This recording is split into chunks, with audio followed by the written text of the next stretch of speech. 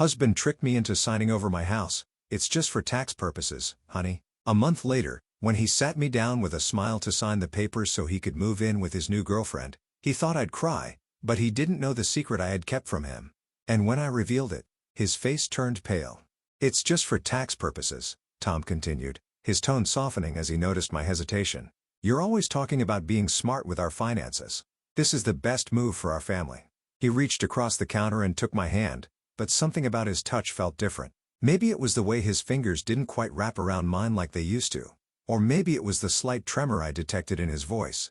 I stood there in our kitchen, staring at the papers he just slid across our granite countertop, my heart pounding against my chest. The house transfer documents seemed to mock me, their official letterhead stark against the white surface. The twins were finally asleep upstairs after a long day. And here I was, facing what felt like an ultimatum from my husband of 4 years. My name is Caitlin Wilson. I'm 38 years old, and I'm a physician at Houston Methodist Hospital.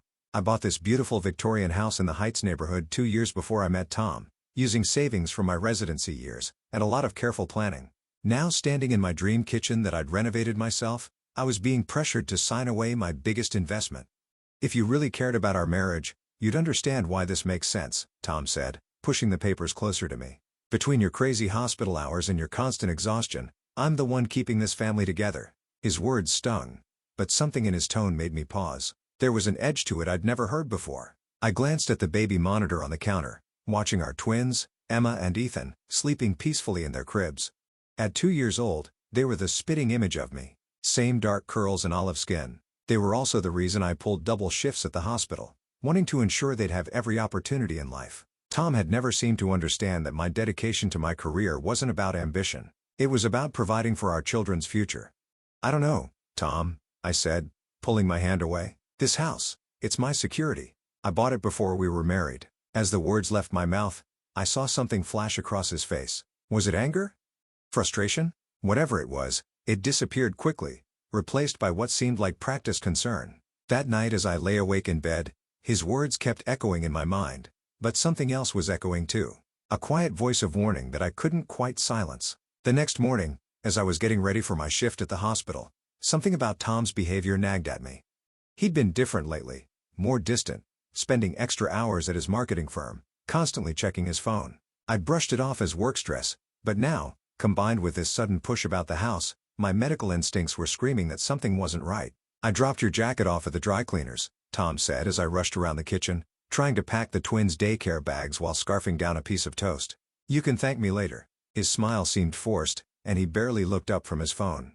Just 6 months ago, he would have been helping me with the twins' bags, making sure I ate a proper breakfast before my shift. I watched him as I strapped Emma and Ethan into their car seats. There was a spring in his step that hadn't been there in years, and he'd started going to the gym again. Small changes that seemed innocent enough on their own, but together painted a picture I wasn't sure I wanted to see. At work, between patients, I called my friend Nina, who worked in real estate law.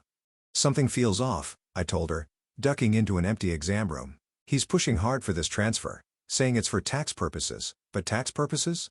Nina interrupted. Caitlin, transferring the house to his name alone wouldn't give you any tax benefits. If anything, it would complicate things since you bought it before marriage. My blood ran cold. I'd been so busy with work and the twins that I hadn't done my due diligence. Tom had counted on that, hadn't he? Listen to me carefully, Nina continued, her voice serious. Don't sign anything. I don't want to alarm you, but I've seen this before. Men don't usually push for property transfers unless they're planning something. That afternoon, during a brief break between patients, I did something I'd never done before. I checked our phone records. Tom had been making frequent calls to the same number for months. My hands trembled as I did a reverse lookup, and a name appeared. Destiny Martinez. A quick social media search revealed a beautiful woman in her mid-20s, whose check-ins matched Tom's late nights at work. My stomach churned as I scrolled through her photos, stopping at one from 2 weeks ago. She was at a real estate office, captioned "Big changes coming. New chapter." Blessed. I closed my office door and sat in silence, my mind racing. Years of medical training had taught me to trust my instincts when something felt wrong. Now those same instincts were telling me I needed to protect myself and my children. That evening, I left work early for the first time in months. Instead of picking up the twins from daycare, I drove straight to a discreet electronics store Nina had recommended. The elderly man behind the counter barely blinked when I explained what I needed. A high-quality recording device small enough to hide in my kitchen.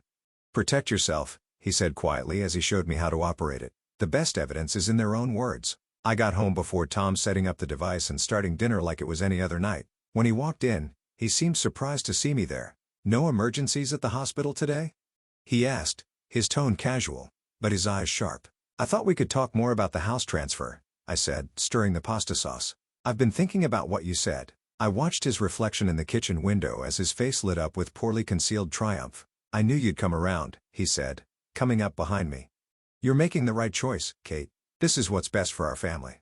The way he emphasized family made my skin crawl. Over dinner, I let him talk, recording every word as he explained his elaborate plan for how the transfer would benefit us. Each lie was careful, calculated, and I realized with a sickening clarity that he'd been planning this for months. After putting the twins to bed, I sat in their dim nursery watching them sleep. Emma clutched her favorite stuffed giraffe while Ethan had kicked off his blanket as usual. Looking at their peaceful faces, I felt a surge of protective rage. Whatever game Tom was playing, he hadn't counted on a mother's instinct to protect her cubs. The next few days were a blur of careful preparation. I took Nina's advice and made copies of all our financial documents, secured new credit cards in my name only, and started transferring my portion of our savings to a separate account. Each night, I'd lie awake next to Tom, listening to his steady breathing and wondering when exactly my husband had become a stranger. A week later, Tom brought home the final transfer papers already signed by him. "Just your signature," he said, sliding them across the counter, the same spot where this had all started. "Then we can put this all behind us." I picked up the pen, my hand steady despite the adrenaline coursing through my veins. Tom watched intently as I held the pen over the signature line. In that moment, I saw everything so clearly. His impatience, his barely concealed excitement, the way he kept glancing at his phone as if expecting a message.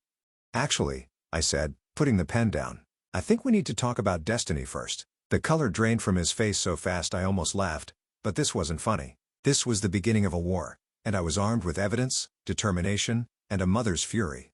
"What are you talking about?" Tom sputtered, but his face had already given him away. His practiced composure crumbled as he reached instinctively for his phone. "Who is Destiny?" I pulled out my own phone, scrolling through the screenshots I'd carefully collected. "Destiny Martinez, 26 years old, works at your firm. You've been having lunch with her at Lorenzo's 3 times a week for the past 4 months. The same restaurant where you proposed to me, by the way. Nice touch." Tom's expression shifted from shock to anger. "You've been spying on me?" "Protecting myself," I corrected, keeping my voice steady despite my racing heart. "Just like you've been protecting our tax situation with this house transfer, right?" He sat down heavily on one of the kitchen stools, running his hands through his hair, a nervous habit I'd once found endearing. "It's not what you think?" "Really? Because I think you're trying to steal my house to move in your girlfriend." I played the recording from earlier that week, his voice filling the kitchen as he assured Destiny that everything was going according to plan, and they'd be together soon. The twins' monitor crackled with Emma's soft whimpers. Tom glanced upstairs, and for a moment, I saw guilt flash across his face. But it wasn't guilt about betraying his family. It was guilt about getting caught. "You don't understand," he started, his tone shifting to the placating one he used with difficult clients. "Things between us haven't been right for a long time. You're always at the hospital. The twins barely know you. Don't you dare." I cut him off, my voice low but sharp. "Don't you dare use our children to justify this. I worked to give them a future. What's your excuse for destroying their present?"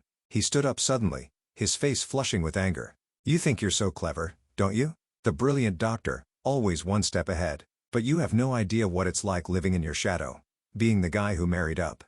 Destiny appreciates me. She understands that you're trying to steal my house?" I interrupted. "The house I bought before I met you? The house where our children took their first steps?" "Our lawyer said." "Your lawyer," I corrected. "The one you've been meeting with behind my back. Nina warned me about him. He has quite a reputation for helping husbands hide assets during divorces." Tom's face went pale. "You talked to Nina?" "I talk to a lot of people, Tom. I may be busy with work, but I'm not stupid." I pulled out another stack of papers, bank statements, phone records, emails I'd recovered. "Did you really think I wouldn't figure it out? That I'd just sign away my children's home because you batted your eyes and mentioned taxes?" The baby monitor crackled again, this time with Ethan's cry joining his sister's. Tom moved toward the stairs, but I blocked his path. "Don't bother," I said coldly. "I'll take care of our children. You can take care of explaining to Destiny why her new chapter is going to have a different setting than she planned." As I headed upstairs to comfort our twins, I heard Tom's phone ping. Probably Destiny, wondering why her knight in shining armor was running late for their rendezvous. Let her wonder. I had more important things to focus on, like protecting my children's future from the man who was supposed to help me build it. "This isn't over," Tom called after me as I reached the top of the stairs. "You're making a huge mistake." I paused, looking down at him from the landing.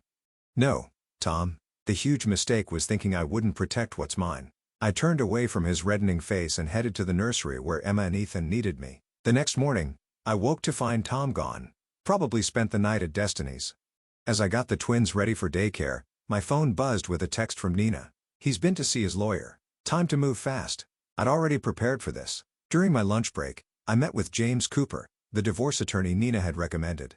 His office was warm and welcoming. Nothing like the stark corporate environments I'd expected. "Dr. Wilson," he said, reviewing the evidence I'd gathered, "I have to say, I'm impressed. Most clients come to me after the fact. You've given us everything we need to get ahead of this."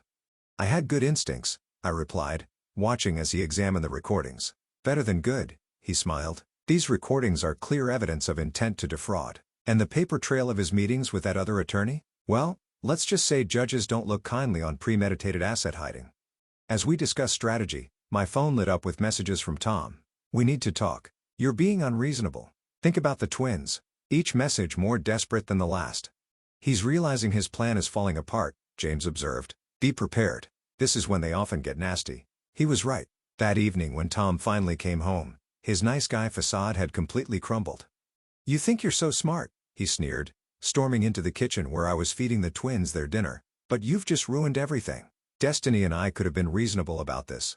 Let you stay in the guest house, keep things civil for the kids." I couldn't help but laugh, which only enraged him further. "The guest house? In my own home?" "Our home," he shouted, making Emma jump in her high chair. "I've lived here for 4 years. Dada mad?" Ethan asked, his little face scrunching up with worry. "Dada's just tired," I soothed, shooting Tom a warning look. "And he's leaving for a while." "Like hell I am," Tom growled, but his voice was quieter now, conscious of the twins watching. "Actually, you are," I said calmly, pulling out another document from my bag. "This is a temporary restraining order. My attorney filed it this morning after you threatened me via text. You have 1 hour to pack your things." "You can't do this," he whispered, his face ashen.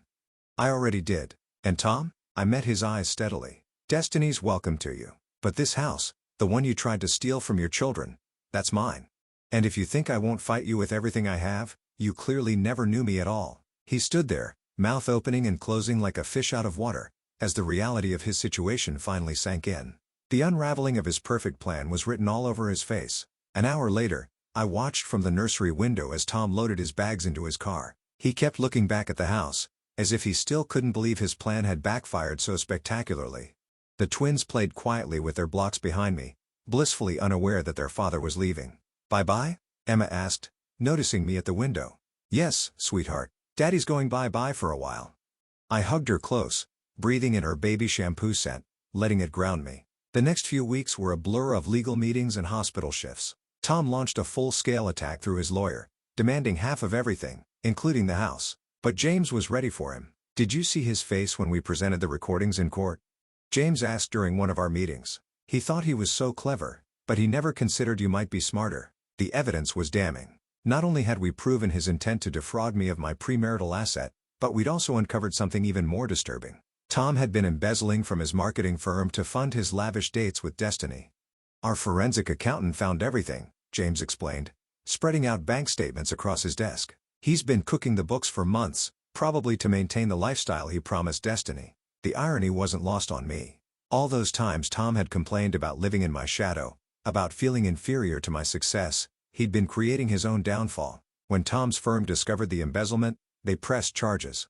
Destiny, it turned out, had no interest in a boyfriend facing criminal charges. She dumped him via text. I know because he showed up at the house drunk one night, waving his phone and begging to come home. "You did this to me," he shouted from the front yard, forcing me to call the police. "You've ruined everything." As the officers led him away, I felt a strange mix of pity and relief. The man I'd married, the father of my children, had become someone I didn't recognize, or maybe he'd been that person all along, and I'd been too busy to notice. The divorce was finalized faster than I expected. Tom, facing legal troubles with his firm, couldn't afford a lengthy court battle. He signed away any claim to the house in exchange for more favorable custody arrangements, supervised visits twice a week.